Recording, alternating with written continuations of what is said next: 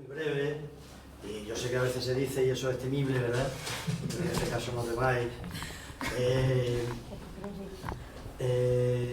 Muchas gracias por asistir. Muchas gracias por asistir. Los que no tenéis sentís pasión por los dodecasílabos, también. Y muchas gracias también a la Enredadera por organizar el acto, ¿no? Bueno, propusimos a Mario que viniera, ¿no?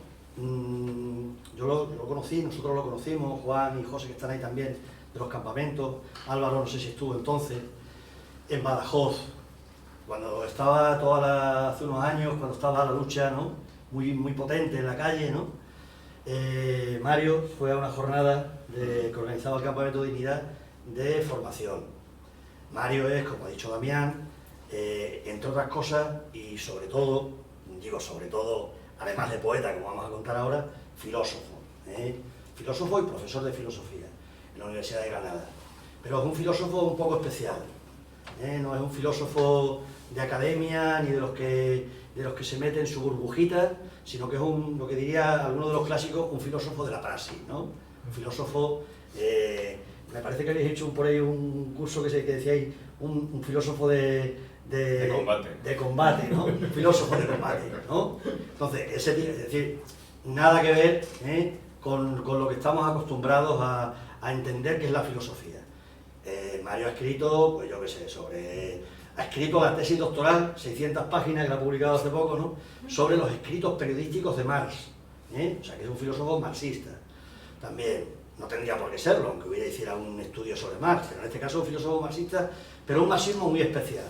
Él le pone el apellido de marxismo mestizo, ¿no? Es un marxismo herético, un marxismo heterodoxo, ¿no? Que yo creo que también por eso muchos de nosotros, muchos de los que estábamos en esa charla ese día y hemos estado, pues también hemos conectado con Mario desde el principio. Yo la verdad que sentía mucha identidad, mucha identificación con los planteamientos que él hacía, ¿no? Y que le he visto que hace, ¿no? Primero por eso que digo, porque es filosofía vinculada a la lucha social, y sobre todo también porque yo creo que no tiene, no sé, yo a lo mejor me atrevo demasiado lo que voy a decir, pero yo creo que tiene una visión de la cultura que entra en contradicción con la visión dominante de la cultura, ¿no? Decía Chirves, ¿no? Que Rafael Chirves, novelista, que vivió, como sabéis, aquí 12 años en Extremadura, en Valverde de Burguillo, y la conoció bien, decía que sin cultura somos torpes, somos burros, hacen con nosotros lo que quieren, ¿verdad? Pero con cultura siempre estás a punto de convertirte en un hijo de puta, decía él. Lo decía con mucha... y sabía lo que decía. Con cultura siempre estás a punto de trabajar para el poder, siempre estás a punto de manipular a los que no la tienen, siempre estás a punto, o sea, y yo creo que Mario es de esa gente que tiene esa visión claramente, que no tiene que ver con la cultura como un código de clase, ni como un código de ascenso social, sino como la cultura como lo más profundo también, como el empoderamiento de la personalidad, ¿verdad? Aquello que decía Gramsci, ¿no? Como la capacidad de las personas, ¿no? para apropiarse del mundo que les rodea, ¿no? Entonces, digamos que esa identificación es la que también ha hecho, pues yo le propusiera, en este caso, que se viniera para acá, ¿no? A presentar el libro. Esa relación de amistad y de militancia, sobre todo, ¿no? Compartida. Vale. Decía que es filósofo, profesor de universidad en Granada, ha escrito, como decía, de Althusser, de Spinoza, de Jacobo Muñoz, de Manuel Sacristán. Es activista, no solo activista, me gustaría destacar dos espacios donde pelea, ¿no? Que son el movimiento de la vivienda, que ha estado mucho, y la Fundación de los Comunes, que está muy vinculado a traficantes de sueños, lo ha estado, en su origen, digamos, con todo lo que es el marxismo autonomista, el marxismo, digamos, un marxismo dentro del marxismo herético, ¿no? Marxismo que también ha bebido mucho de otras fuentes, del negrismo, él lo explicará, ¿no? Si quiere. Y es investigador y, como decía, es también poeta, ¿no? Es decir, es alguien que busca y encuentra aquello que decía Pablo Guerrero, brotes ebrios de luz, salir de la oscuridad, ¿no? Como dice, hay que salir de lo oscuro, ¿no? Encuentra A mí me gustan 3 o 4 definiciones de la poesía, ¿no? Yo no voy a extender mucho, pero hay una muy elemental que siempre se ha utilizado, ¿no? El arte de temblar, ¿no? Pero a mí me gustan otras, ¿no? Me gusta una que utilizaba mucho Chilves también, que era de Hermann Brock, que decía que la poesía es una forma impaciente de conocimiento, ¿no? Es decir, me gusta mucho eso. Es decir, ahora hablaba de los pájaros Damián, ¿no?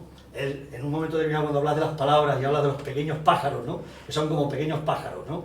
No sé, o los erizos, que comparan las palabras con los erizos. Es decir, hay una forma de conocimiento a la que solo se acerca uno desde la poesía, ¿no? Esa idea que decía Hermann Brock, ¿no? Y hay otra definición que me gusta mucho de la poesía, en la que dice Jorge Riemann, ¿no? Que decía, el poema es una palabra que muerde un trozo del pan de la verdad. Esa me gusta mucho, ¿no? Porque esa es la idea también, ¿no? O sea, es el pelear por decir cosas que a veces duelen, pero cosas necesarias, ¿no? Y ese hambre de futuro, ¿no? Pues es el que respira todo el libro. Como dije que no me iba a enrollar, no me enrollo y termino solo con un poema de Mario, ¿no? Que le he pedido, digo, voy a leer un poema tuyo que me gusta especialmente. Me gustan mucho, pero voy a leer este, ¿no? Y que creo que tiene que ver con lo que yo estaba diciendo ahora, ¿no? El poema se titula Inútil y dice lo siguiente. No es inútil, perdona si yo no lo recito con la cadencia que fuere, pero cada uno también se apropia de lo que lee, ¿verdad? Ahí es donde está lo bueno, ¿no? En general de la literatura y en general de la escritura, ¿no? De lo que se escribe. No es inútil tomar la palabra para decir lo que los ojos ven, o lo que las manos pueden, y sobre todo lo que podrían hacer. Si los árboles dejaran ver el bosque, y fuesen muchos brazos los que empuñasen la esperanza, con una herramienta para labrar, horadar, remover la tierra, y alojar la semilla de un aliento común, y así nutrir un brote de algo más tenaz que una utopía. Tal vez un hogar, un pueblo, o un latido, un programa político, para enmendar la totalidad de la barbarie y la violencia que día a día colma la tierra, los cielos, la sangre y bate con alas metálicas sobre ciudades, barrios, calles y chabolas, derramando insistente su agonía. Mientras bien más futuro y abrasa nuestra carne sin remordimiento alguno. Inútil es no hacer nada, no decir lo que golpea los huesos del mundo. Por eso es necesario eludir la retórica vacía, el encanto de la evasión, las ruinas melancólicas, la tentación de los silencios, porque una palabra cierta puede llevar a germinar otra palabra, y tal vez otra y una más terminen siendo las nuevas piedras, la mezcla y el cemento del puente que buscamos. Ahí lo dejamos. Muchas gracias. Muchas gracias. No sé qué decir después de esta presentación. La verdad. La típica. Vamos, agradezco mucho tus palabras y bueno, os agradezco a todas y todos que estéis aquí acogiendo a Cautivos en Mérida. La verdad que es un verdadero placer estar aquí con todos y bueno, Cautivos, este poemario, es un poemario que nace de un momento de cautividad, por decirlo de manera muy directa, ¿no? Y el título se relaciona con ello. Y es un poema que se escribe, o comienza a escribirse en un momento que nos sacudió a todo el mundo, ¿no? Que fue la pandemia. Y comienza a escribirse a finales, digamos, de 2020 e intenta dar cuenta de muchas cosas. Intenta ser un poemario, digamos, que transita por varios lugares. Ahora lo veremos poco a poco, os iré comentando un poco cómo está hecho el libro. Es una obra que está dividida en 4 poemarios distintos, de 11 poemas cada uno, y es una obra que intenta digamos, desarrollar un camino que va de la experiencia de la cautividad individual, de la angustia existencial, de la soledad, también de la desafección con la vida y también con la sociedad, hacia cada vez más la búsqueda y el anhelo del encuentro con los otros, ¿no? Es una especie de latido que está a lo largo de todo el poemario, que digamos podría ser, si queréis, como una especie de hilo o de eje, ¿no? De hilo rojo que va uniendo cada uno de esos poemarios. Ese anhelo por el encuentro, que es un anhelo que también está atravesado obviamente por el amor, pero también está atravesado por la necesidad de lo común y la necesidad de lo político, es decir, la necesidad de construir, de hallar, de encontrarse en otro tipo de comunidad y reimaginar una comunidad, como decía el poema Inútil, ¿no? que leía Manolo, que enmiende la totalidad, ¿no? de alguna manera, de las opresiones del mundo y de esa violencia y nos permita imaginar esa dimensión utópica que nos puede de alguna manera situar en pie de igualdad y en común. Entonces es un poemario, como veis, que tiene varios hilos. Son cuatro libros pequeños, 4 pequeños poemarios. El primero se titula En cautividad, el segundo Materia, voz, palabra, el tercero Paisajes íntimos y el cuarto se titula Común, que es, digamos, ese cierre, como os decía, ese comienzo de la cautividad hacia ese encuentro con lo común. Y por ser así, digamos, un poco claro y diáfano con lo que podéis encontrar en Cautivos, ahora después leeremos algunos poemas.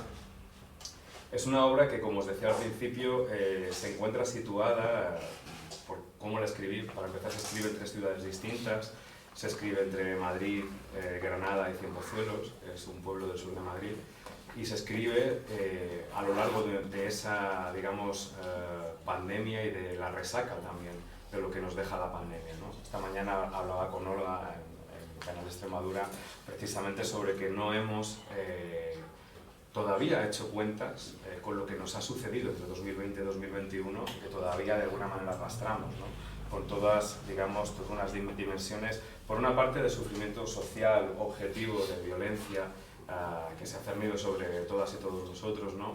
No solo por, digamos, la pandemia en sí, sino obviamente por las medidas y por lo que supuso, sino al mismo tiempo desde un punto de vista psicológico, ¿no? Ha habido, digamos, todavía no hemos hecho cuentas o no hemos saldado, digamos, no hemos dialogado suficiente con qué nos sucedió ahí. Y ese cansancio, digamos, ese cinismo por una parte también, y esa sombra un tanto depresiva, ¿no? que hemos ido arrastrando después de la pandemia, que solo ha tenido a veces algunos estallidos, digamos, de disrupción y de intentar buscar de nuevo la esperanza.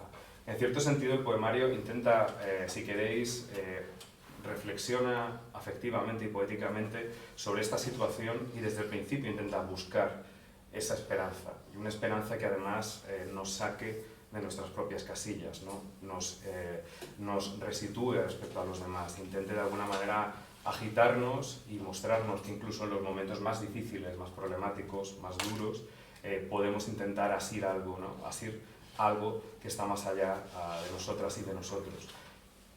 Eso es, digamos, lo que se plantea a nivel general y va caminando a través de la palabra, a través también del encuentro y del amor. El amor es un elemento fundamental en el poemario también, lo veréis en el poemario en una parte que se llama Paisajes íntimos. Ahora leeré un par de poemas de cada uno de los libros para que esto que os estoy diciendo también resuene poéticamente, ¿no? De alguna forma. El encuentro con el amor es importante precisamente porque se entiende el amor como un elemento, como un vínculo absolutamente transformador. Es decir, el amor permite transformarnos, nos permite vincularnos, nos permite también despojarnos de muchas máscaras, sentirnos vulnerables ante todo el mundo, y esa vulnerabilidad es fundamental también para construir comunidad. Sentirnos con las otras y con los otros vulnerables significa sentirnos cuidados y también sentir que podemos ser nosotras y nosotros, ¿no? Todo eso de alguna forma está, digamos, son elementos o son hilos que enhebran poco a poco, ¿no? La madeja de lo que es Cautivos. Cautivos además tiene algunos poemas que hacen referencia directa a mi propia memoria. Yo he intentado intento, digamos, en el poemario responder, como os decía, a estas dimensiones que yo vivía de manera opresiva, ¿no? Y que fueron compartidas por muchas personas, desde los confinamientos, los cuidados de la familia, que eran pues, situaciones además cuando no tenemos mucho conocimiento con lo que sucedió con el COVID, verdaderamente terribles, ¿no? Porque podíamos pues, en mi caso además toda mi familia está dedicada a la profesión médica, menos yo, que me dediqué a la filosofía, con lo cual tenía noticias todos los días de todo lo que pasaba por los hospitales en el caso de Madrid, ¿no? Entonces era toda esa angustia, todo ese temor, pero al mismo tiempo esa búsqueda están ahí en este poemario. Así que me gustaría leeros, y vais a ver que hay un cambio, una evolución del tono en cada uno de estos libros, porque como os decía, el primero se resiente sobre todo desde el ámbito individual, desde la angustia individual, pero rápidamente busca romperla. Voy a leeros el primer poema del primer poemario, En cautividad, que se titula Diario de prisión. Diario de prisión. Me entretengo garabateando palabras sobre una pared gastada. Afilo el cuchillo y araño la superficie para trazar imperfecta su forma. ¿Qué semillas crecerán dentro de estos surcos torcidos? ¿Agrietarán los muros con algo de esperanza? En realidad no tengo ningún cuchillo, ni estoy en ninguna cárcel, aunque sigo cautivo, como la mayoría, esperando mejores tiempos. Pero como no creo en los milagros, me empeño en la palabra, como en una brecha que quisiera agrandarse, verbo a verbo, entre las líneas del enemigo, y así romper lo gris que día tras día nos abate, porque se trata de descubrir, por azar o por fortuna, el camino hacia alguna parte, una puerta al otro lado de esta noche. Este es el poema con el que se abre Cautivos, donde ya se ve toda esa búsqueda, digamos, o esa tensión, ¿no?, hacia intentar encontrar algo más allá, ¿no?, de donde nos situamos, y además de donde se nos sitúa, por decirlo de alguna manera. Voy a leeros otro poema más de este poemario. Como os decía, quizá me detenga más adelante en alguno de estos poemas.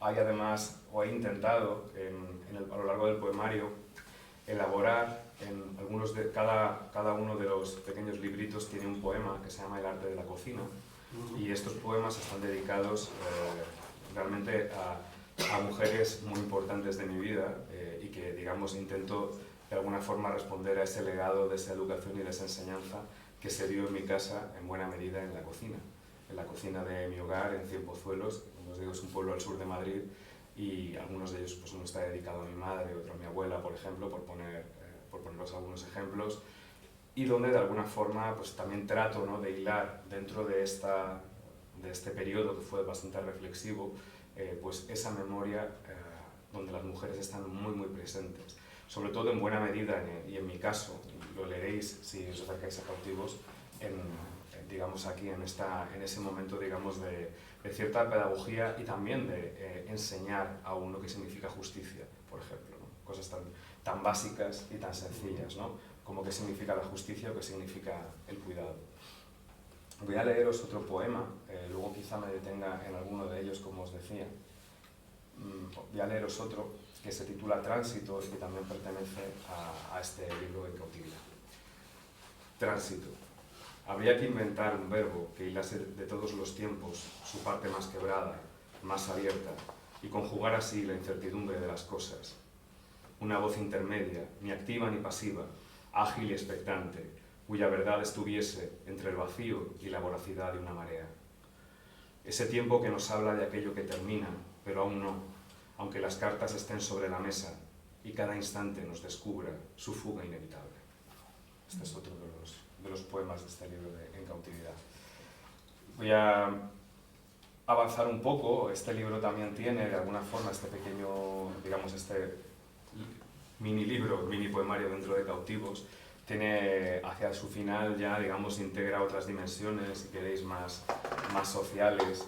Y hay un poema que me gustaría leeros y que leí hace poco, además, en otro encuentro, que se titula Clamor, y que también yo creo que da, en buena parte, el espíritu un poco de qué se encuentra en este poemario. Yo creo que el poema que ha elegido Manolo era un poema que también lo hacía de una manera probablemente más esperanzadora. Este es quizá, se expresa desde un lugar más cansado, desde otro lugar. Clamor. No es solo la incertidumbre ni el hastío de las batallas cotidianas, no es la última mentira, ni tampoco el rostro cínico de turno, que sonríe desde la pantalla a la hora más manoseada del día. No son los potros de bárbaros Atilas, aunque parece que lo fuesen, porque vemos llegar el golpe y apenas esquivamos. Petrificados de tanto gastar tardes, no acertamos a devolver la rabia entera. No son solo los tiempos, el cansancio pandémico o los interminables duelos con lo que pudo ser y no fue, pero insiste, la historia de todos los poemas, y no da tregua ni a los pájaros ni a las luciérnagas. Se trata sencillamente de la desposesión, esa palabra que nos dice que alguien arranca, devora, coloniza, mata, quiebra, pudre, agosta, contamina, viola o conquista por la fuerza y se apropia de algo que nos pertenece en lo más hondo. Los días rezuman mala conciencia y dejan un sabor áspero entre la lengua y la garganta. Clavados en la sombra, aguardamos la luz, sabiendo que no basta, que algún día habrá que salir a recobrarla, si es que alguna vez la tuvimos entre las manos. Bueno, pues este es otro de los poemas de ese librito En cautividad. Y no lo he dicho, pero lo voy a decir porque justamente estoy hojeando el libro, y aunque al comienzo de esta presentación hemos puesto un vídeo en el que salían las imágenes y las ilustraciones de María Maqueira, pues me gustaría detenerme un poco también en hablaros de María y también de Helios, que es el prologuista de la obra. Hay algo que defiendo al comienzo de este texto, en la pequeña introducción, y es que digo que claramente un libro, el nombre de un autor, oculta muchas cosas. Y el nombre del autor no es más que un nombre que ponemos ahí, pero realmente lo que hay siempre de fondo es una comunidad. Hay una comunidad creativa, hay una comunidad de gente con la que dialogamos, con la que compartimos emociones, anhelos, esperanzas, deseos, y que de alguna forma siempre están presentes y dejan su sello en todo lo que hacemos.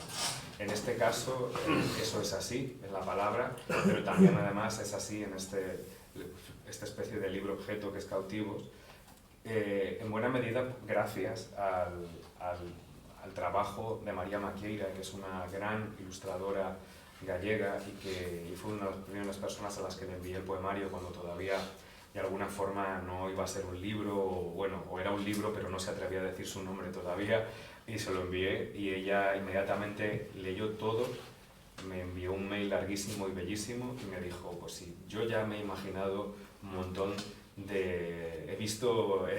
he tenido visiones de varias imágenes, símbolos, cosas que pueden acompañar cada poema o según tú quieras, y empezamos a generar, digamos, un diálogo bastante profundo a la hora, digamos, un poco de ver cómo lo enfocábamos, porque hay que decir que no es en absoluto fácil plantear dibujos para este poemario, es decir, no es sencillo, digamos, dar forma visual y expresiva, ¿no?, a algunos de los poemas que hay, porque hay otros poemas, quizá otros poemarios que tienen cierto tipo de imágenes que quizás sean más directamente traspasables a ese formato, ¿no?, pictórico, pero en este caso pues es un poco más complejo, me da la sensación.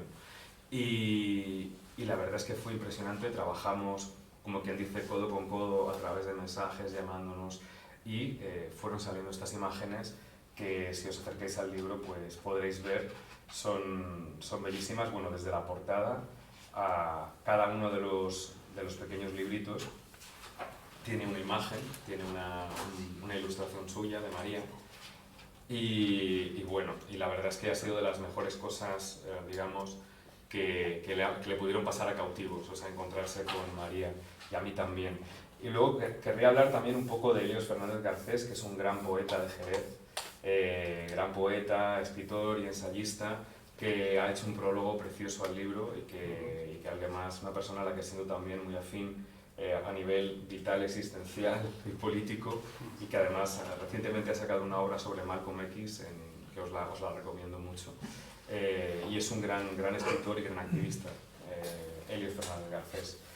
Y bueno, la verdad que con esa compañía, pues bueno, el libro ha mejorado muchísimo, digamos. El libro realmente es lo que es gracias a ellos también, ¿no? O sea, las obras que hacemos, lo que escribimos, como os decía, siempre es pues un elemento, es un fruto de esos intercambios, de esa comunidad que siempre está detrás y que muchas veces los nombres y los rótulos pues, ¿no?, pues eclipsan, cuando realmente probablemente debemos mucho más a ello que a otra cosa, ¿no?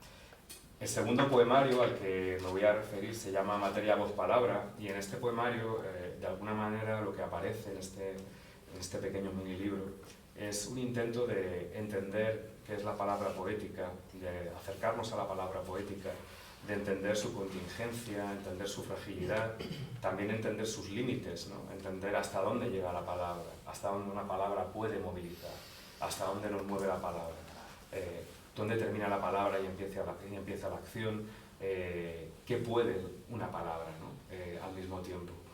Y bueno, digamos que continúa la senda, esa senda que busca encontrarse con esa dimensión común, con esa dimensión también de comunidad a un nivel muy, muy íntimo. Voy a ver qué os puedo leer, porque había pensado, por ejemplo, este poema que se titula Palabra, y que os lo leo además porque es de los preferidos de una de mis editoras, que es Lidia López, que es Lidia, y bueno, y espero que os guste. Palabra. Naufragamos siempre en la palabra, temblamos en su origen, desconocemos su destino, nos ahogamos en su perplejidad, que no se aviene a tratos fáciles. Pero ¿cómo dejar de habitar su partición, su filo quebrado, su tormenta vana, su nido vacío, y esa pasión sin término que reclama su nombre hasta el delirio? ¿Y de dónde viene esa extraña bondad agazapada en sus heridas? Abiertas como flores, pequeños pájaros insomnes, liban de su interior una sustancia que se parece a la vida. ¿Qué mundo traducirás, palabra, en cada uno de tus signos, en la suma de tus acentos, en el tañido de esta garganta que es ahora tu boca y dice? Este es otro de los, como veis, es un intento, ¿no?, de acercarnos a la palabra poética. Hubiera leído Inútil, pero justamente como lo has leído tú, me has hecho un favor y ahora puedo elegir otro, porque la verdad que es un poema que de alguna manera... voy a leeros un poema y para que veáis un poco que estos poemas que os mencioné sobre el arte de la cocina, que recuperan esa memoria, digamos, femenina en mi vida, y se titula El arte de la cocina 2, está dedicado a mi abuela, a Eugenia Domínguez Andrés, y va precedido de esta frase de la gran poeta argentina Olga Orozco. Guarda, guarda esa prenda invulnerable que cobraste al pasar y que llevas oculta como un ladrón furtivo desde el comienzo hasta el futuro. Hay 3 sillas, una mesa de madera forrada de plástico y unas manos ancianas que sirven la leche y el cacao al niño o un soñoliento. Las historias danzan a través de unos labios mordidos por el tiempo, afloran desde un lugar que solo la voz de la memoria puede recobrar y cantar. Entonces un murmullo inunda la cocina y cambia el color entero de las cosas, tanto que hasta las palabras, barrio, república, silencio, Dios, paciencia, saben a otra época mientras suena esa tenue melodía.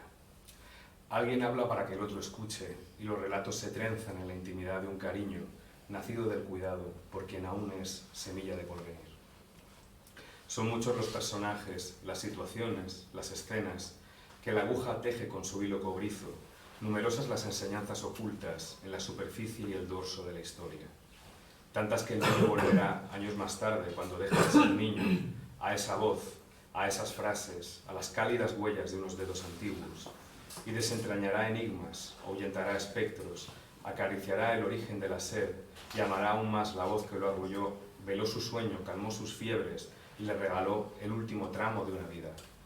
Empeñada en querer, a pesar de dogmas esculpidos con miedo, la sombra no pudo quebrar su sonrisa tardía, sus suaves y tiernas manos, su irrepetible diferencia. Aquí estás, como ayer, hoy y siempre, hablándome en el desayuno y desvelándome, tranquila, los contornos del mundo. Pues como veis, hay memoria, hay cuidado, hay de alguna forma también intento de rendir un homenaje a quien realmente deja huella, ¿no?, en la vida de uno y a quien, ¿no?, pues le ha enseñado qué es lo que está bien, algo tan sencillo y tan complicado, ¿no?, como distinguir entre qué es lo que está bien y lo que está mal, por decirlo de alguna manera. Hay otro tercer poemario, otro tercer librito que se titula Paisajes íntimos, y es un libro que, si el previo, digamos, caminaba entre las palabras, centraba más en la memoria de esas palabras y en hacia dónde podían llegar o cuál era el límite de las mismas, aquí de alguna manera nos aproximamos mucho más al afecto, ¿no? Nos aproximamos mucho más al amor y a la potencia transformadora de ese amor y del encuentro, ¿no? Que es un poco quizá lo que siempre se anhela en este poemario desde el principio. Voy a ver qué poema os puedo leer. Que está dedicado a Carolina. Eso te iba a decir yo, digo, ¿lees de Carolina? Lo voy a leer, además si no, no me lo va a perdonar, va a decir que ha sido... Que hubiera venido, también te lo digo. Sí. Bueno, este es un poemario que se titula Convicciones y está dedicado a Carolina Medellín, que es mi compañera. Tuve que dar muchos rodeos hasta poder decidirme y dar con la vereda que llevaba a tu patio, de largas primaveras, cañaverales, tormentas y lapachos, perpetuamente florecidos. Busqué todos los atajos, como quien quiere llegar pronto a todas partes, y en su arrogancia cree poder engañar las distancias y recodos del camino, para al final acabar extraviado en rutas paralelas, espejismos. Pero luego de andar 2 pasos hasta la entrada de tu casa, la de verdad, en fin, la que descansa entre páginas de vida, años de éxodo y reencuentros, desde una orilla hasta la otra, alcancé una convicción, como el vuelo de un ave, que amar es acompañar al otro en la memoria, en lo más hondo, y hacer hogar en ella, en la infancia de sus sueños, en los fantasmas y relatos más oscuros, en la claridad de las sonrisas, y beber de su esperanza, de su ebriedad, y atreverse a morar allí por 100.000 años, sabiendo que la vida aún no termina, que el mundo podrá arder, y seguiremos deseando. Y no hace falta pensar en despedidas y finales, en las ruinas o las ausencias del mañana, porque por lo demás, la muerte es un juego muy tonto para quienes amamos demasiado.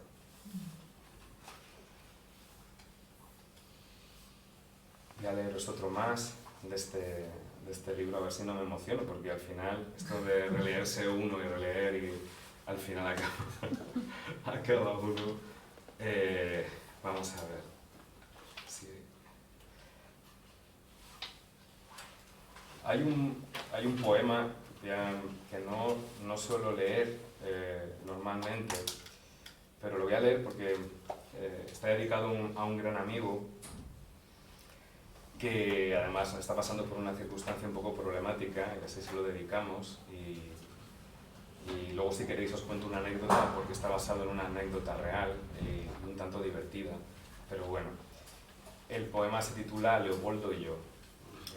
Está dedicado a Rubén García López, que conoce esta y tantas otras historias. 100.000 muertes en una riada de palabras, una por cada verso, y por la sangre derramada de tu lengua enmohecida pero viva, que repta en algún lugar espectral al que no nos atrevemos a mirar, y sigilosa roza el cuerpo en su parte más blanda y más malditamente pura.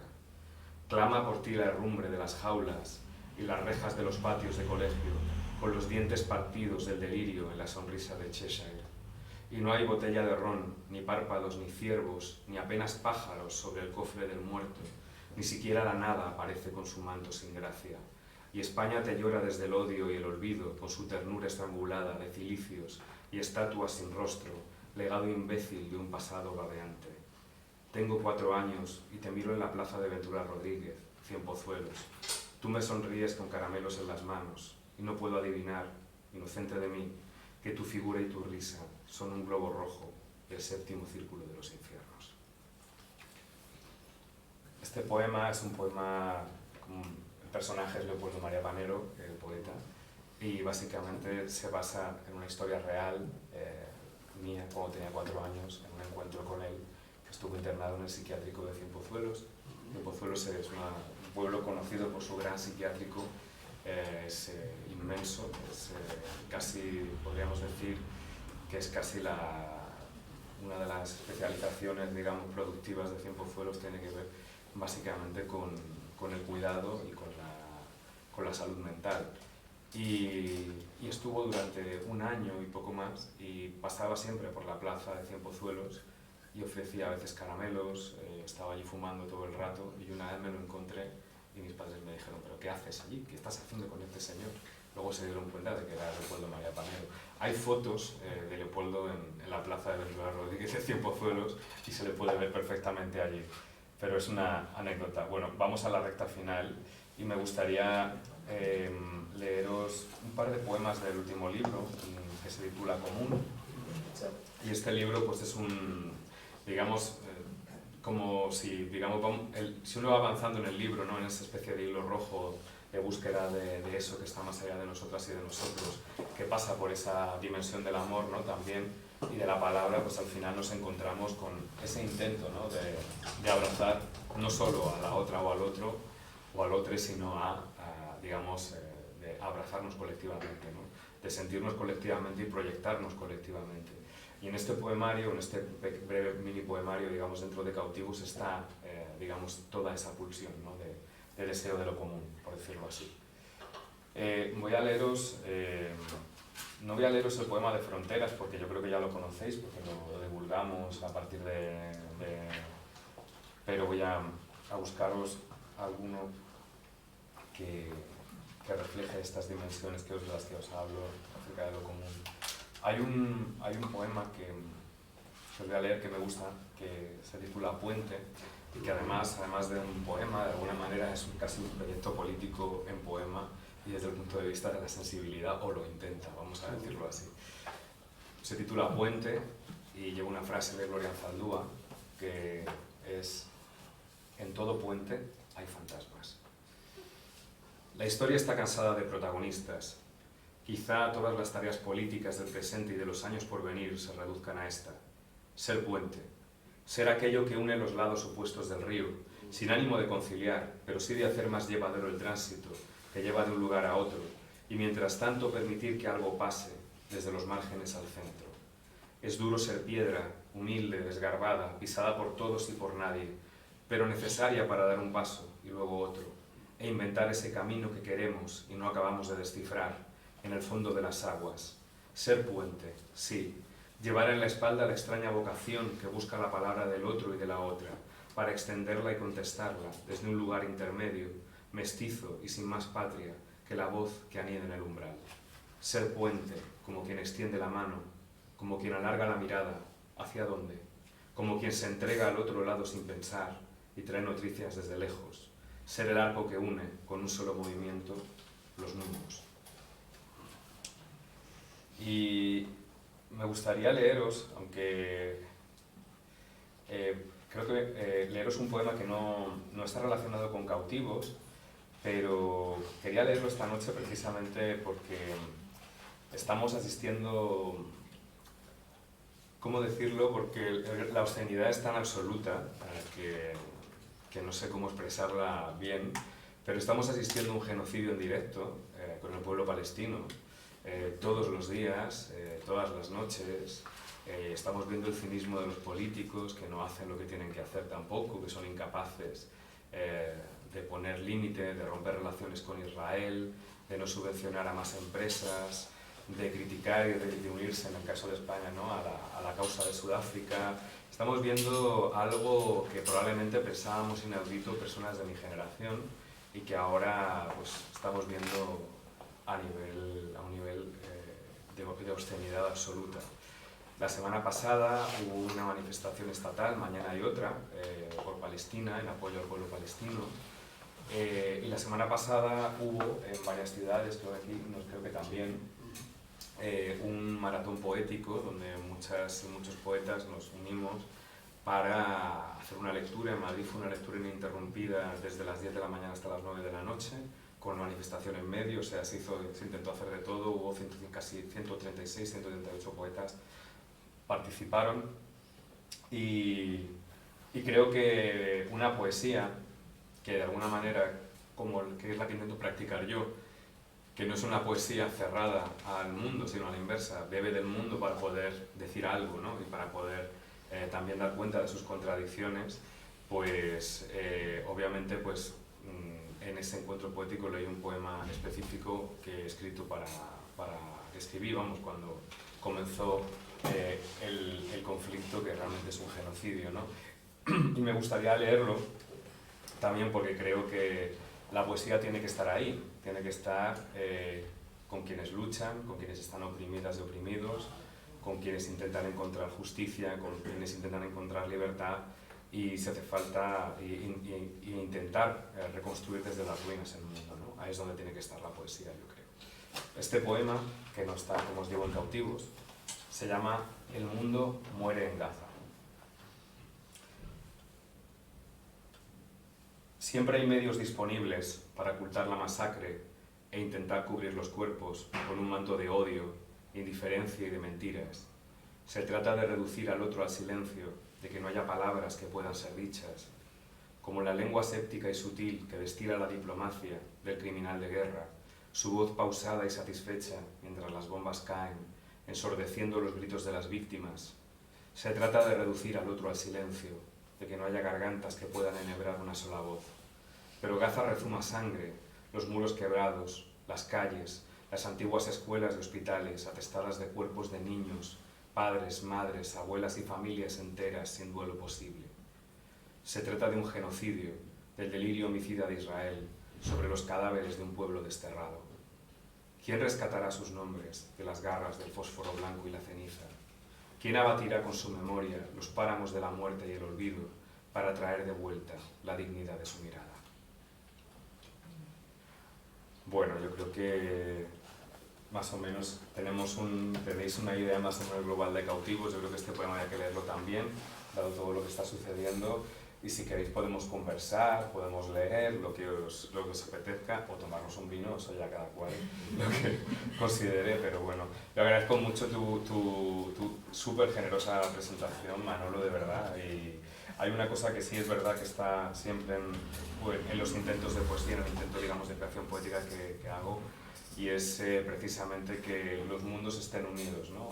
La experiencia activista, la experiencia militante, también el intento de transformar, ¿no?, el mundo, digamos, sintiéndome totalmente cercano con lo que decías acerca de la filosofía de la praxis, que era la expresión que utilizaba Antonio Gramsci en sus cuadernos de la cárcel para hablar de Marx, justamente. Y nada, y os agradezco muchísimo. Y en esa línea, Mario, decir una cosa que se nos ha olvidado. El 27 de abril vamos a hacer lo que íbamos a hacer mañana, que lo hemos suspendido para facilitar que la gente pueda ir a la manifestación de Madrid, a Palestina, ¿vale? Por Palestina, ¿vale? Entonces, lo que íbamos a hacer mañana lo vamos a hacer el 27 de abril, que es vamos a hacer un pequeño taller, más que una presentación, sobre los escritos periodísticos de Marx, que es un libro que la introducción la ha escrito Mario, que como os decía antes, su tesis doctoral ha sido sobre ese mismo tema, ¿vale? Va a ser el 27 de abril, creo que en la sede de Izquierda Unida, que es donde estaba previsto, vamos, evidentemente abierto a todo el mundo que quiera ir, obviamente, ¿no? Digo, que no se nos olvide.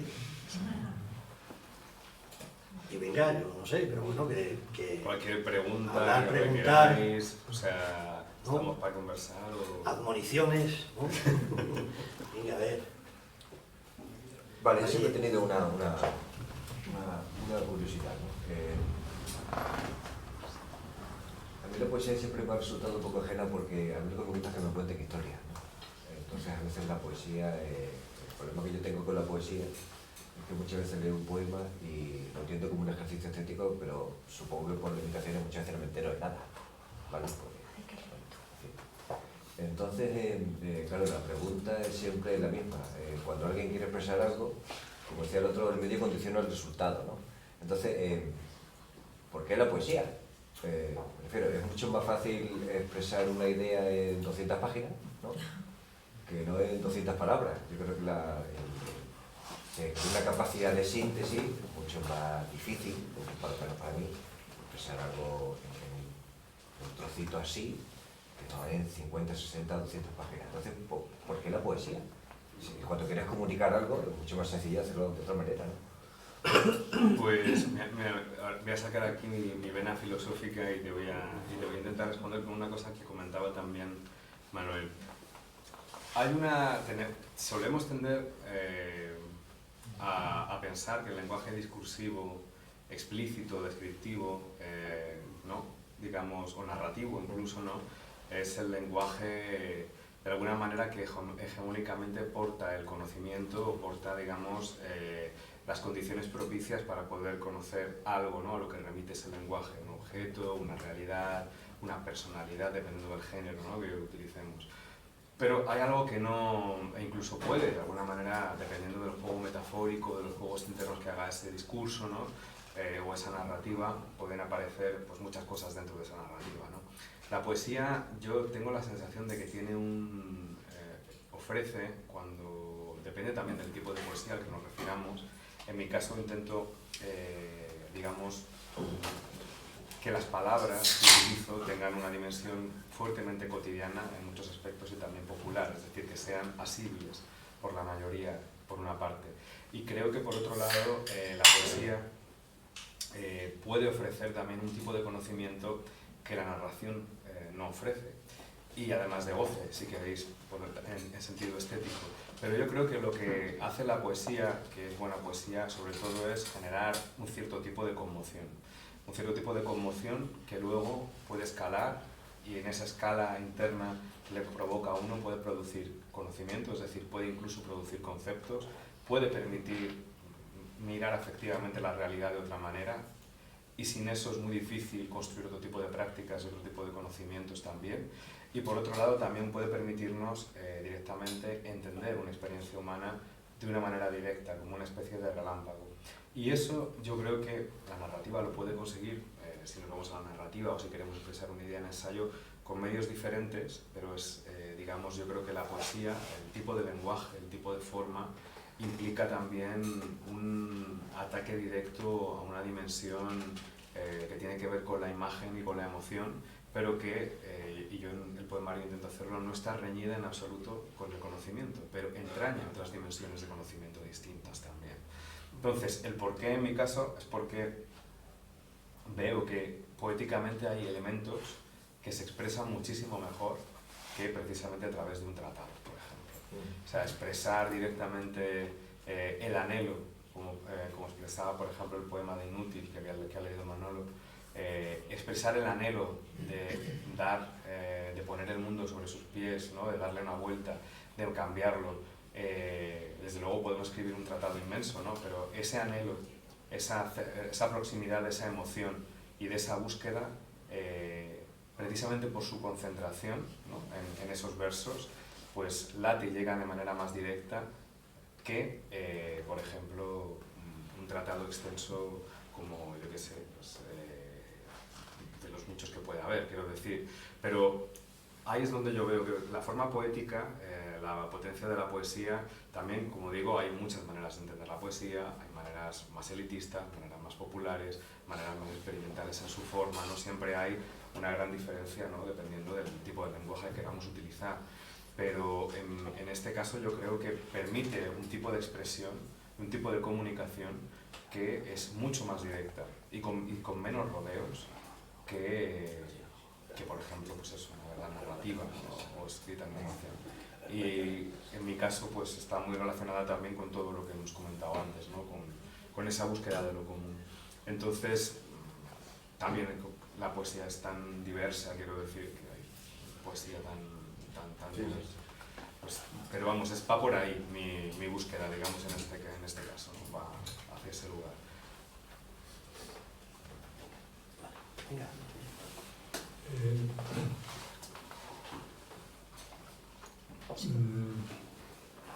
A ver cómo te lo planteo. No, digo, me gusta mucho la reflexión que acaba de decir e intento relacionarlo con el arte contemporáneo, por ejemplo, ¿no? Entonces, es posible, porque en relación con lo que dice Álvaro, que siempre tenemos el esquema del planteamiento, nudo y el desenlace a la hora de enfrentarnos con cualquier narración, ¿no? Y eso nos pesa mucho. Y es un esquema como otro cualquiera, y como tal esquema pues es una cosa simple, ¿no? Y efectivamente lo que tú has dicho de la poesía, que puede sugerir con imágenes, lo que ese esquema te cuenta a través de un desarrollo de ese tipo.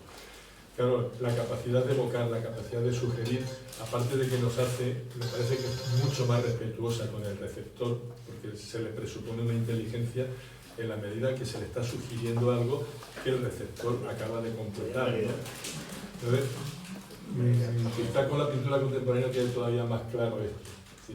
El arte conceptual, el arte abstracto, está planteándote una serie de imágenes que posiblemente con una pieza sola no se entienda, pero si tú ves una exposición, el primer cuadro, el segundo, a partir del tercero empiezas a leer lo que ese autor o esa autora está contando, ¿no? Entonces a mí esto me parece muy interesante, sobre todo digo en relación con tu actividad profesional, porque bueno, te desarrollas en unos ámbitos de investigación racionalista, incluso tienes publicado trabajos sobre filósofos racionalistas, ¿no? No sé si pregunta a la reflexionaría, ¿te chirrían o no te chirrían, te casan o no te casan, o son complementarias estas dos formas de análisis? El análisis estrictamente académico, racionalista, o porque para mí el arte contemporáneo, si me apuras, aparte del puro goce estético, puede suponer casi una herramienta de análisis también. El arte contemporáneo nos enseña a mirar, y en esa medida es una herramienta de disección tremenda, ¿no? Con la poesía, efectivamente, cuando te he dicho la capacidad de construir imágenes, de evocar, puede pasar también lo mismo, ¿no? Sí, sí, sí. Sí, yo lo entendería así, vamos, hay una educación de la sensibilidad y una educación de la mirada, al mismo tiempo como se puede hacer una analogía o un paralelismo entre esas dos dimensiones, ¿no? La posibilidad de crear percepciones, experiencias estéticas por una parte, ¿no? En dos dimensiones distintas, ¿no? Pero una, digamos, plástica y otra a través del lenguaje y de la educación metafórica. Pero, y luego, en mi caso, digamos, para mí es absolutamente espontáneo, quiero decir, el hecho de, por una parte, dedicarme a la investigación, incluso pues investigación empírica también, investigaciones de muchos órdenes con los que me ha tocado bregar, y escribir poesía. No, es una cosa que Helios rescata muy bien en el prólogo, ¿no? Hablando o sea, un poco con mucho cariño lo hace además, hablando del poeta y el marxismo, ¿no? O sea, yo conocí a un Mario que es marxista, ¿qué tal? Al final conocí a un Mario que era poeta y al final me di cuenta de que eran la misma persona y que eran indisociables.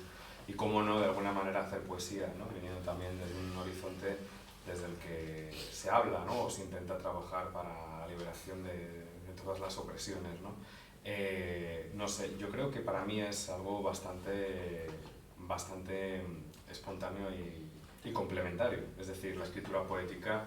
Y luego, por otro lado, creo que también tenemos, y yo caigo en ello muchas veces, esto no es, siempre tendemos a etiquetar y a establecer compartimentos estancos entre ciertas disciplinas, y hay de repente muchas veces más sinergias, ¿no? Más enlaces, más vínculos de los que parecen.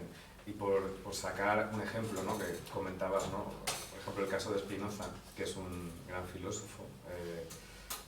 Spinoza es un autor que se le ha tildado habitualmente de racionalista, precisamente por el tipo de escritura, la ética, que es una de las grandes obras de la filosofía europea. Pero realmente lo que es más importante en ese libro, por ejemplo, es el tratado de los afectos. Y de hecho, autores como Nietzsche o Freud acaban teniendo, que se les presupone irracionalistas, una deuda fundamental con la visión que tenía, por ejemplo, Spinoza acerca del deseo. Por eso cuando vemos el racionalismo, ese tipo de racionalismo, hay una especie de pequeño volcán por debajo que no se deja apresar del todo, ¿no?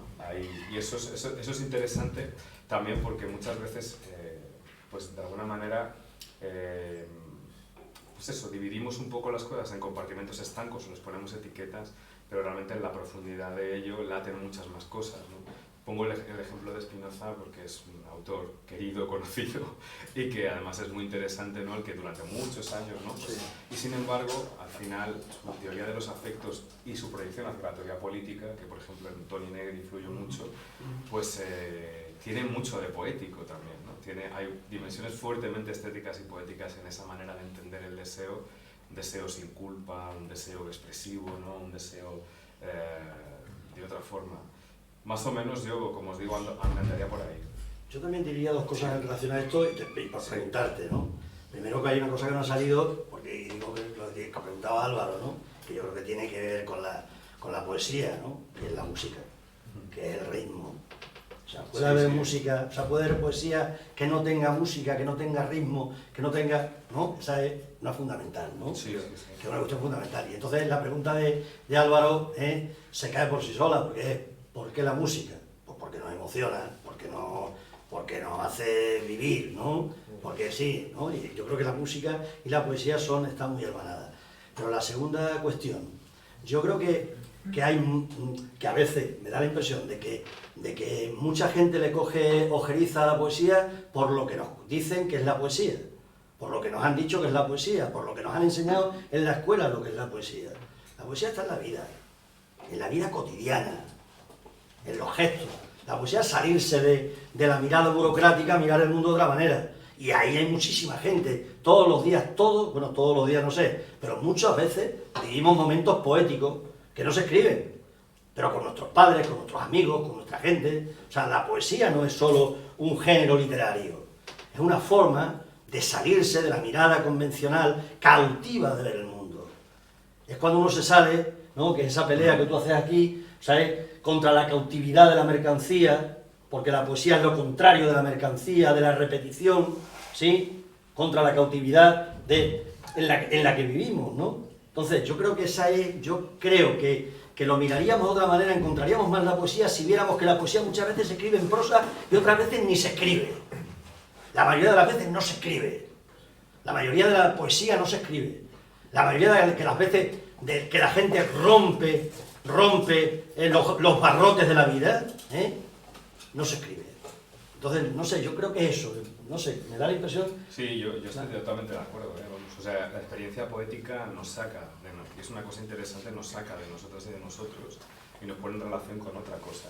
Y es verdad que rompe, digamos, ese horizonte de continuidad, porque tiene como una forma más de instante, una forma más de experiencia que se cierra en sí misma y que de alguna manera, o mejor dicho, se abre en sí misma, ¿no? Pero yo creo que justamente está ahí, ¿no? O sea, que una cosa es la experiencia, una cosa es la poesía, ¿no?, como género, si quieres, otra cosa es la experiencia poética, y una de las cosas más básicas y yo creo más interesantes es entender, y más democráticas, es entender que la experiencia poética es cotidiana, está al alcance de todas y de todos constantemente. Y eso yo creo que es de las cosas más interesantes, vamos, para poder pensar y acercarnos a cualquier libro de poesía. Pero es verdad que llevamos ¿no?, a hombros en la educación, en la enseñanza, toda una especie de aparataje sobre qué debe ser la poesía, cómo debe ser escrita la poesía, qué estilos poéticos son X, ¿no? Y sin embargo realmente la poesía está ahí, en un montón de lugares constantemente y podemos atrevernos a escribirla en un momento dado o no, o reservarnos, pero eso ya depende de cada cual. Pero yo creo que es verdad, esa sustancia de vida es la fundamental. Sí, creo que era un poco en razón de lo que dice Manuel y un poco de lo que has dicho tú. Creo que era Aristóteles que decía que para entender la existencia había que poetizarla, ¿no? Había que aprender las metáforas que en ese sentido, bueno, son así. Pero que bueno, que siempre me ha llamado la atención que por esa incapacidad que tengo yo de entendimiento con esto, ¿no? No significa nada, no significa nada en particular, que no es una expresión de rechazo, ¿no? Ni mucho menos. Sino que cuando me resulta tan complejo, pues me llama mucho la atención las personas que utilizáis la poesía como un instrumento de comunicación cotidiano, ¿no? Pues de alguna manera, pues expresáis poética. Sí. Por ahí.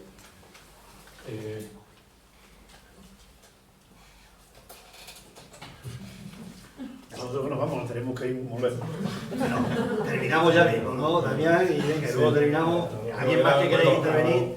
Y lo cerramos, ¿no? ¿Vale? A riesgo de salirme del eje del acto, que es la presentación de tu libro, pero lamentablemente no lo he leído y creo que la mayoría de los que estamos aquí no lo hemos leído todavía. Por tanto, es muy difícil ceñirse a la esencia de tu trabajo, ¿no? Lo que quería decir era, tanto lo que tú hayas comentado respondiendo a lo que yo había dicho, como lo que ha añadido Manolo, ahí a mí sí que me surge una cuestión que me sorprende, ¿no? O sea, siendo la poesía o siendo el arte contemporáneo una herramienta de análisis y sobre todo una fuente de placer y de conocimiento, y además cuando es arte de verdad, una actitud de respeto al interlocutor, ¿por qué en determinados ámbitos intelectuales, políticos sobre todo, hay ese desdén hacia la poesía, hacia el arte, hacia cierta cultura que se elabora en otros términos, ¿no? Hay una reticencia a aceptarlo como algo natural, como algo saludable y como algo necesario, ¿no? Es una percepción mía, igual estoy absolutamente equivocado, ojalá fuese así, pero me temo que no, ¿no? Bueno, yo creo que es verdad que a veces, en ocasiones, cuando las culturas son, digamos, las culturas son fuertemente intelectuales o fuertemente, o digamos, o hacen valer, digamos, el valor del conocimiento en términos, por ejemplo, ensayísticos o en términos de, bueno, pues, tratados, etcétera, y ponen en valor siempre el concepto o esa serie de conceptos y demás. Pues normalmente, vamos, yo lo que me he encontrado, por ejemplo, en el entorno filosófico muchas veces es, salvo la gente que está dedicada al ámbito de la estética, de la teoría del arte o personas, ¿no? Pero sí he notado siempre como un cierto desdén hacia cierto tipo de, incluida la literatura en ocasiones, ¿no? Yo creo que cuando las culturas están fuertemente intelectualizadas también se vuelven bastante rígidas. Y creo que bueno, que por suerte, digamos, tenemos la cultura, digamos, es una dinámica, es un espacio en constante transformación, movimiento, pero sí que hay, al menos donde yo he estado, digamos, en los lugares en los que me he movido, he detectado culturas más proclives a la hibridación, digamos, a la apertura, ¿no? al contagio con un montón de formas, tanto estéticas como de prácticas artísticas, espacios de movimientos sociales, por ejemplo. Y sin embargo, académicamente he sentido esa compartimentación más fuerte y esa vigilancia de las fronteras de mi disciplina, ¿no? La filosofía es esto y tal, y bueno, y esto es la literatura, esto es tal, bueno, quizá imbuirse de esto demasiado, lo he vivido así, ¿no? O sea, en mi experiencia, pero bueno, o sea, yo creo que... Hola, quería hablar. Es que pasa en el ámbito cultural, Sí. formal también pasa, o sea, por ejemplo, yo hago un programa, yo soy periodista cultural, hago un programa de cultura y tiene una página de Facebook y es muy divertido ver cómo a las cosas de teatro el me gusta y los comentarios solo la gente de teatro. Parece que la gente de teatro no lee novelas, no lee cómics, yo qué sé, el cómic, la gente del cómic, las películas de animación, la gente de la animación, la danza, la gente de la danza. Y a mí me parece muy triste porque yo pensaba que la gente a la que le interesaba la cultura le interesaban todos los ámbitos culturales, desde la arquitectura hasta el cómic, pero no, me interesa lo mío. Ya, Es una cosa curiosa. Sí, pero es una cosa que... Y penosa, que es- vamos, así te lo sí. digo, y penosísima. Sí. Es penosísimo. Sí, pero yo creo que tiene mucho que ver también cómo se nos enseña, ¿no? Sí. O sea, yo recuerdo, yo qué sé, yo recuerdo el sentimiento de ajenidad completa de mi familia y pues con la música clásica. De mi familia y de la inmensa mayoría de la gente de clase trabajadora, de clase obrera, de clase campesina. ¿Cuándo la clase obrera ha empezado a escuchar la música clásica? Porque la música clásica además era de clase, pero de clase de arriba. Digo, siendo, claro que no lo es, claro que la música clásica es belleza y la belleza es colectiva, no es una música de clase. Pero lo que quiero decir es que, a ver, si a ti no te enseñan a mirar un cuadro, pues tú no sabes interpretar ese cuadro. Si a ti te enseñan que la poesía es algo inaccesible y que además es unos códigos especiales, pues claro que al final no acabas entendiéndolo. Y yo veo que, quiero decir, que eso sigue ocurriendo. ¿Qué se enseña a los chavales en lengua y literatura? Historia de la literatura. Sí, historia de la literatura y además se le enseña sobre todo las partes de la bicicleta, no a montar en bicicleta. Se le enseña lengua. Decía Luis Landero, primero había que enseñar literatura y luego lengua. Y se le enseñan las partes de la bicicleta, no a montar en bicicleta, no a escribir, no a sacar del gusto a la literatura que nos rodea en la vida. Entonces, quiero decir, hay una culpa enorme y al final la poesía, como otras muchas cosas, acaban siendo vistas como algo ajeno a la mayoría de la población. O sea, que quiero decir que no es una cuestión de que es que hay gente que nos quiere, que tiene reticencia, o no solo, que también de un pensamiento racionalista, estrecho, cartesiano. No, es que tienen que ver otros muchos componentes ahí también. Sí, sí. Culturales, educativos, o sea, de clase. Claro que lo tienen que ver. Claro que tienen que ver, ¿no? Entonces yo digo, entiendo que esos elementos también hay que incluirlos ahí, ¿no? Sí, totalmente. Y luego también la cuestión de lo propio y de la distinción de lo otro, ¿no? Que es una cosa también que se da en términos de capital cultural y demás, ¿no? De buscar una distinción. Bueno, mi campo es este, y estas son las fronteras, y estas fronteras yo las vigilo y creo mi discurso en torno a esto. Y es una cosa que se da por desgracia, o sea, que por ejemplo cuando se habla muchas veces de la multidisciplinariedad, la interdisciplinariedad, bla, bla, bla, todo ese tipo de cosas, pues al final realmente no se da, ¿no? Y precisamente yo creo que no se da, o solo se da en lugares donde hay una hibridación práctica y real entre la gente. Es decir, yo por ejemplo, en centros sociales en los que he estado, pues de repente todo el mundo podía organizar X cosas, ¿no? O montabas una performance, o se organizaba teatro, se organizaba a lo mejor incluso una propia manifestación con diferentes aristas según la gente que participaba, gente que se ocupaba más del espacio artístico, gente que se ocupaba mucho más de elementos reivindicativos o de elaborar un programa.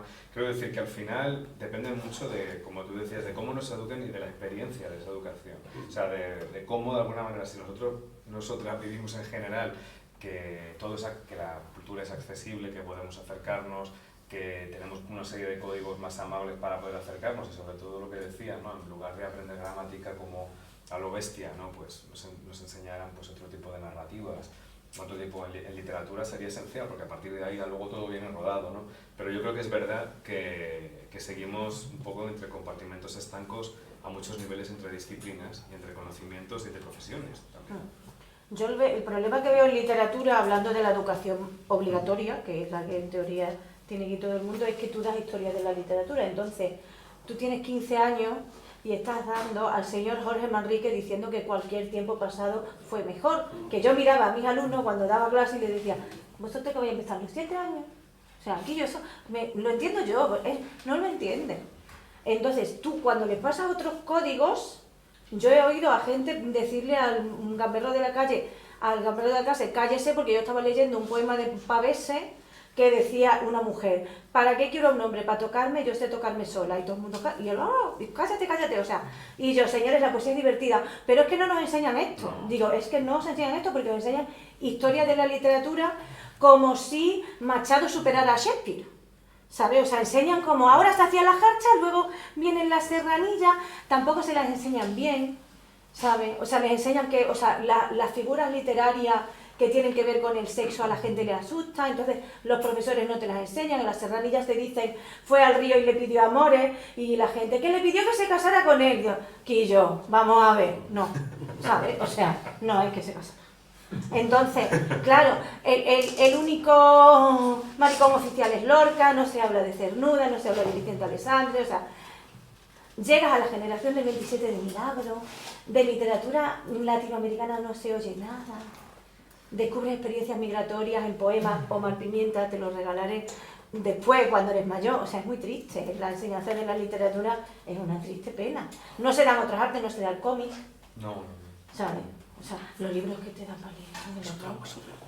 Son el horror. Vosotros podéis hablar. Pues sí, es que tal cual así. O sea, mi amigo y yo estamos en la asignatura de literatura universal y es verdad que ahí es como que cambia un poco la cosa porque damos a otros autores diferentes, pero en lengua castellana y literatura es que es tal cual lo que estáis describiendo. Entonces, pues no sé, creo que hay muchas cosas que cambiar porque yo al menos me considero como una persona muy apasionada de este tema, me gusta escribir, me gusta leer a otros autores, pero siento que lo he descubierto todo yo, que no me lo ha explicado nadie, y eso es lo que hay que cambiar verdaderamente. Bueno, también cada uno hace su propia educación, que a mí no me explicaron a Dickens y yo leí a Dickens desde los 13. O sea, que luego vas tú diciendo, pues vas picando, en la literatura lo bueno que tienes es ir picando. El problema es que a veces te dan unas cosas. Con 13 años, yo, de verdad, Jorge Manrique es guay, es maravilloso, es genial. San Juan de la Cruz y la de hostia. Pero, tío, con 15 no. Con 15 no, con 15 te aburres soberanamente. Estaba yo leyendo El Señor de los Anillos, me obligaron a leer El Caballero de Olmedo, odié a Lope, no sabéis cuántos años me tiré yo odiando a Lope. O sea, Claro, no, pero no me obligues a leer, tío, si yo ya leo. ¿Sabes? Pues eso es lo que pasa. Algún día, porque yo sé que aquí la Redar lo habéis hecho mucho y se han hecho ciclos y hay, debates sobre educación. Pero algún día habrá que hablarlo esto del currículum, de la literatura y de la historia. Bueno, de la historia ya te trabajas de trabajo. O sea, tiene tela que hasta cuarto de la ESO no se dé historia contemporánea. Bueno, y si se da. Cuando el 20-25% de los chavales no llega a cuarto de la ESO. Es un crimen lo que se hace contra las clases trabajadoras que salen peor favorecidas. Digo que no, que muchos de los chavales no llegan ni a cuarto de la ESO. Yo me quedé en el gótico. Sí, pero no nunca más. ¿Cómo está estructurada, por ejemplo, la historia, ¿no? Pero bueno. No, pues refiero que yo... ¿Lo dejamos ahí? Ah, bueno.